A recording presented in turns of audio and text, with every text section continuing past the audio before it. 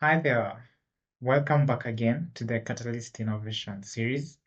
My name is John Deritu, and I'm going to be your instructor. So, we already talked about what an innovation is and examples of great innovations and great innovators that we have also in our country.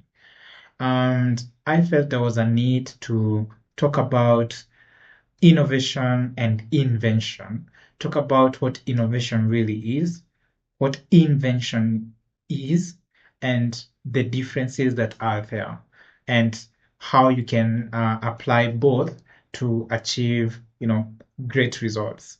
So let's get started. So we already talked, we already said that an innovation, um, it's a new or significantly improved, product. A product could be uh, a new form of plastic that you have developed, or um, a mobile phone, probably, or an improvement on a process, like for example, making the process of filing tax easier for people. That could be a process. The whole idea is that it must create value. So for innovation, you cannot part away with the keyword value. So every time you hear the word innovation, value is also a key term there. You must create value every time we talk about innovation. And we create value by either solving a problem, meeting a need, it could be a societal need, it could be a personal need, or overall enhancing efficiency and reducing frustrations, right? So it can be something new or an improvement. You could you could come up with a new form of a seat. The concept of a seat is not new, but you are coming up with a more enhanced, unique, creative design of a seat, right? So the key aspect of innovation is that it must bring meaningful change, make things, better, faster, or cheaper, or effective. Innovations can be small or they can be big. They can be what we call incremental. Incremental means, I'm using my laptop. I Small innovations can be added on a newer model of a laptop. So right, so the laptop is still the basic product, but more features, an enhanced design at the end. So that's what you call incremental, right? And this is what we see in a lot of businesses, in a lot of restaurants. You come after a year, they have changed the design of the restaurant, they have probably changed the catering uniform or added new dishes, uh, and all of that. So that is incremental. But there are those that we call radical or disruptive innovation. Now, these are innovations that are groundbreaking and they tend to change a lot of things. They tend to shake up a lot of things and transform whole industries. Think of large language like the ChatGPT. When it came, that's a disruptive innovation, and a lot of innovations have been built on top of that. Think about M-Pesa. It was disruptive. It's led to growth of other businesses. It led to a widespread change of how people used to do things. So that is innovation. So key thing is it must bring value. It must bring some sort of improvement in the society, right? So let's talk a little bit about invention. So an invention is the creation. So innovation is a sort of implementation. I'm going to come into that. I know it can be a bit confusing. I'm going to come into like a table format where you can really see the difference. I just want to first of all explain. So an invention is the creation. So you are creating a new design. You're coming up with a new thing that probably has never existed before. And it is a result of a lot of creativity, a lot of experimenting, and problem solving. right? So the key skills here are creativity and experimentation. Remember, it doesn't exist before. It hasn't existed before. You are trying to come up with something, and you're continuously testing whether it's gonna work. Think of the Wright brothers when they were trying to come up with a plane to design a plane that is sustainable, that can fly over some long distance. They they had to be very creative, and they experimented over 100 times, trying and failing until they had some breakthroughs.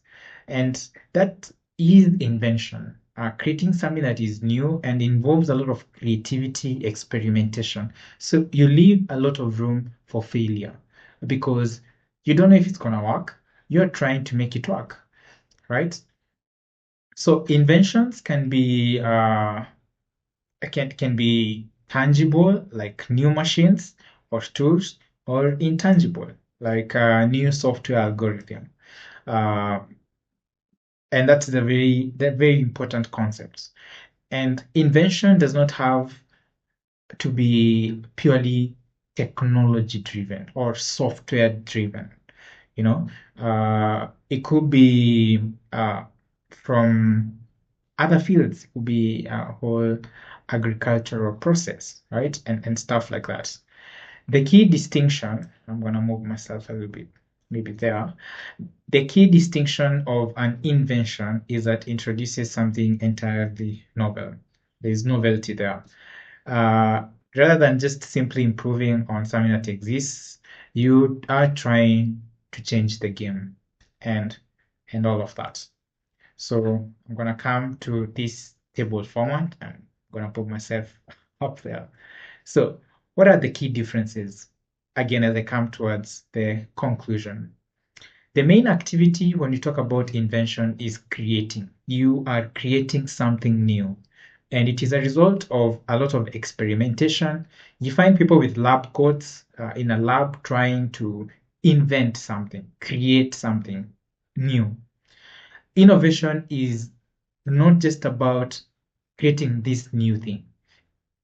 It's also thinking about how is this new thing going to reach the market and how are we going to commercialize it, right? So it's yes, it's created, but how are we going to in invention we don't really it doesn't the focus is not about taking it to the market. The focus is creating something very, very new, right? In innovation, we want to ensure that whatever we create, we can commercialize, it can get to the market and all of that. So the focus for invention is really on originality, novelty. And the focus for innovation is it practical? Is it technologically feasible? Does it make any business sense? Does it create some form of value in the society? Is it doable? How does the market look like? Who are the competitors? So it is more of actual implementation and taking it to the market. So for the outcome, when it comes to invention, is that at the end of the day, you have a new idea, a new design. It could be a design or a prototype or a concept. But for innovation, the outcome, which you're going to find in many incubator hubs, innovation hubs, is a product. It has to be a product or a service. It has to be a service or a process or a business model. That's the key outcome. Something that people, especially the people who are gonna use this product, we call them the target markets. The outcome for innovation is that there is something that these people can interact with, can test, and can actually even pay for. That's the outcome. And concluding, I wanted to give this example. When it comes to invention, there's Alexander who came up with the concept of the telephone. And fast forward a couple of years later, we had the introduction of smartphones by Apple. Let's talk about iPhones. So When Apple were coming up or were developing the iPhone, the concept of a telephone or conversations over long distance was not new. It was not new, but uh, Apple combined innovative approaches, combined different technologies, used the concept of the telephone, which was very key, combined multiple things to come up with this beautiful, user-friendly, and and marketable product that transformed the mobile phone industry. I hope it makes sense. So, in conclusion, invention is about conceiving something new, right? While in invention is about conceiving something new. In innovation, it's about making that new thing impactful to the society. Innovation, in essence, is equals to the invention, that is the idea, plus the implementation aspect together. It has to work like that. So, over the course of this series, we are going to be really emphasizing on innovation. While innovation is going to be our key focus, invention plays a big role, and we are going to be integrating that in our process so that the next thing we come up with a great product, it is also very novel and original. So thank you so much for following our episode today. Till next time. Bye bye.